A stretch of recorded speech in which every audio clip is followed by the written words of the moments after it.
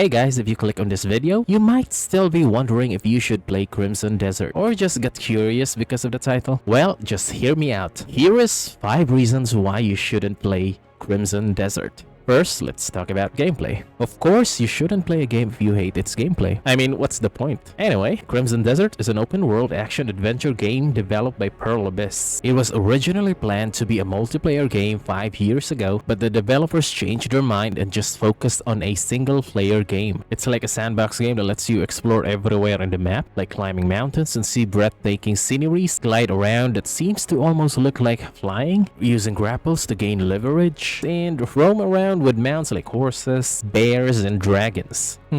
Robots? Wow. You can also attack NPCs and serve jail time, just like a GTA game. Would that be enough to stop you from playing the game?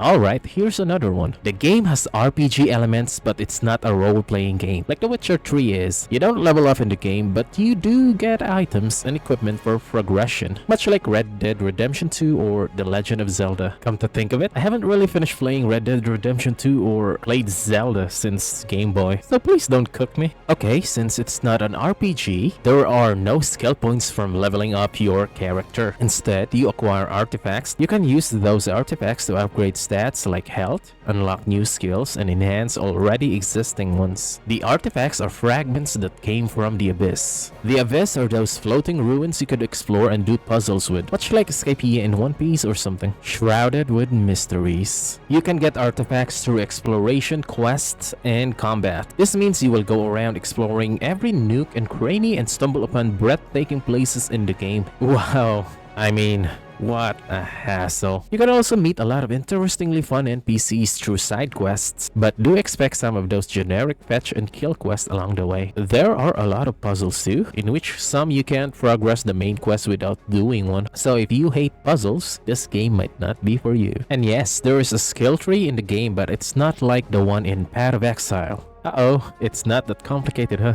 The skill tree lets you unlock new skills to add to your combos and diversify how you approach each encounter and combats in the game. Oh, not to mention, you can play more than one character. There is 2 you could play at launch, and possibly more in the future. That's a lot of choices that could add to the confusion, right? Well, there's the woman that uses rapiers, great swords, and guns, and a big guy who likes to use axes and wrestling enemies. But you can only progress the main story with Kliff, the main character of the game. Combat is mainly focused on heavy, stylish, and fluid combos, given that the previous game of the developers is an MMORPG famous for having great combat mechanics. There is a lot of enemies and bosses you could fight and use those combos with. Some of the skills though cannot be obtained through combat alone. You need keen observation when exploring and copy it from NPCs or enemies. To enhance, customize, and get new equipments, you can buy them from NPCs or hunt the materials from animals in the wild, gather or mine the materials in dungeons, caves, or out in the field, explore and discover secrets to find items, and fight formidable bosses like in Black Myth Wukong. The materials you get can be used for customization. Man, so much stuff to do. It's another thing that requires more thought and needs strategizing to find which combination best work for your playstyle. There might still be a lot of gameplay mechanics that I haven't mentioned. Do tell me in the comments below. So with all that said and done, that is how the gameplay works, and it might not be for you.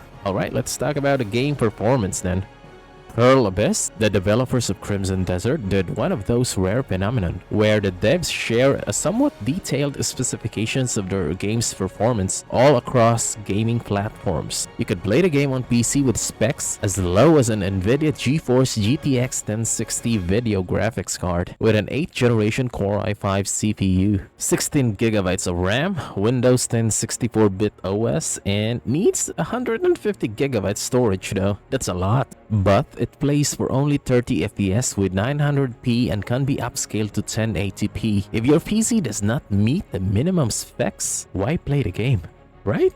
Or maybe you have a console like PlayStation. It can run on regular PS5 with 1080p resolution or up to 60 FPS in performance mode with ray tracing on low. This might be a lie, right? Tell me I'm dreaming. It's just too good to be true. The reason behind this might be because this is not an Unreal Engine 5 type of game. The devs made an original game engine called Black Space. It's like a Taylor Swift song, huh? But I got a blank devs might be a fan of hers. Anyway, it's a unique game engine that is more complex than their MMORPG Black Desert Online. I could see signs or inspiration from their previous game in this one. The engine has incredible and unique water physics. As you can see, the river is rivering and the waves are waving. Yeah, that's cool if it matters for you as the player though. It does help with immersing yourself with the game and its environment. Also, the view distancing is unbelievable. The level of detail is very competent. You could even see your house from here. That is impossible. The game would run at 3 FPS just by looking at this, right? Nope. This is not a real game, so you should not play it. Moving on, let's talk about aesthetic of the game. A game's aesthetic is an overall emotional experience and sensory style like visuals, sound design, and atmosphere. The combination of gameplay mechanics, artistic style, and immersive atmosphere that the game provides might not be to your appeal. We do have our own preferences in gaming. The main character's design and voice acting might not even appeal to you personally. Jian has fallen, and with the great leader's death, our land, Pewel, once unified, has been plunged into chaos. The voice acting seems familiar, really. This is Sparta! Since the game aesthetic is mainly because of the game engine, the following video about the game engine will speak for itself. I got a blank space, baby.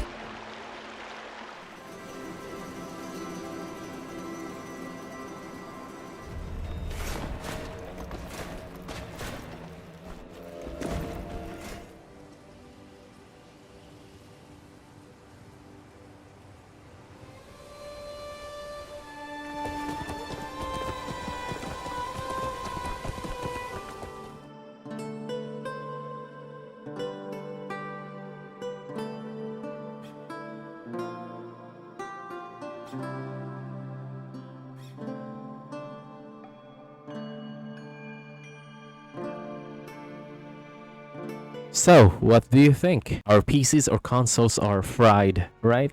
Let's talk about the plot in the game. The story revolves around the main protagonist named Kliff, a mercenary in the continent of Pywel. We play as him in his quest for revenge and survival that intensifies into a much bigger scale, involving large unknown factions, both magical and otherworldly elements. Also science fiction? What the heck is going on here? I just hope the story won't overreach and become convoluted in the end. There is one thing that could tie this together though. All this is because of that mysterious and ancient abyss. The abyss is mostly those floating ruins with lots of puzzles and possibly some platforming gameplay. Anyway, let's go back to the main character. Kliff is part of a faction called the Gameister. They're like a group of heroes that uphold peace and justice. Nah, I might be sugarcoating it much. But like any other story, there is always an opposing faction who's jealous of those achievements. They were brutally attacked by their rival group, and the surviving Greymanes get scattered all across the continent of Pywel. Reuniting the scattered Greymanes and exacting revenge on the enemies is why Kliff started his journey as a mercenary. Man, this feels like Red Dead Redemption 2. But as the plot thickens, fragments of the abyss starts to fall and scatter throughout the continent. Those fragments hold mysterious power that is sought after by many. Keeping those fragments from falling into the wrong hands is part of the quest. Hence the many encounters and boss battles in the game. This is just my theory, but the fragments might form into some kind of a key to an untamed limitless power. It really reminds me of those vaults in Borderlands game, and also Mako energy in Final Fantasy VII, but I could be wrong. The main story of the game can only be experienced or progressed through Kliff. The other two characters might have some minor roles or segments in the main story, or they could only be playable through side quests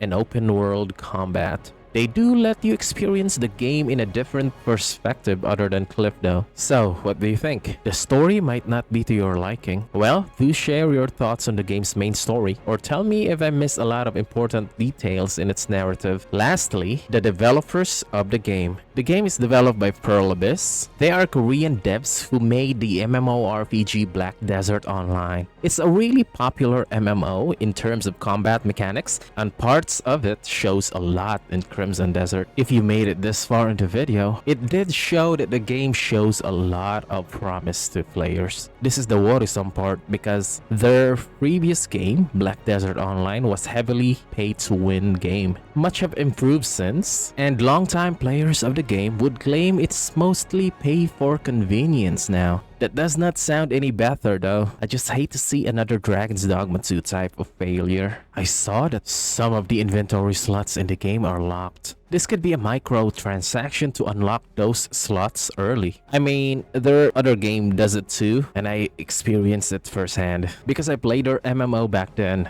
well, it just might be me being paranoid. Because you could unlock those slots through side quests or doing stuff in the game. The game is just too good to be true, so what's the catch? One thing is for sure though, the game is still around and active for more than a decade now, so that would speak for itself. And their previous game is really fun if you're into action MMORPGs. There were a lot of great games that did deliver, like Black Myth Wukong, but I don't know, the decision is up to you. Anyway, Crimson Desert is a single-player game that is worth $70 on Steam. Future DLCs not included. It might experience the same thing that happened to Dragon's Dogma 2, but the future is not set in stone, as I've said. This depends on how the devs of Crimson Desert approach this. So far, reactions, reviews, and presumptions about the game is very positive, but it's mostly about the devs being open and transparent on the game's performance and gameplay. They did say that there is no microtransaction on the game's release. Keyword game's release. Big thumbs up on them because they provided enough detail and support on the specifications needed in each gaming platform, and also showed a lot of game footages. The specifications even includes Mac. Another problem might occur with the devs using Denuvo to protect their game from being pirated or cheated. Denuvo is an infamous software that reduces the performance of most games that has it. They did reassure that the gameplay tests and specifications provided were already tested with Denuvo software installed in the game. So, is it good enough? That still sounds worrying, and if you hate Denuvo, surely you won't play this game. There's also talks about possible multiplayer function in the future that could lead to a pay-to-win structure in the game. They already have that kind of history with their other game. I can't recall some specifics that the devs saying there would be no such thing. Well, at the end of the day, it is up to us, the players, if we want to play or not to play the game. The game does look really promising. Would you give it a go or not?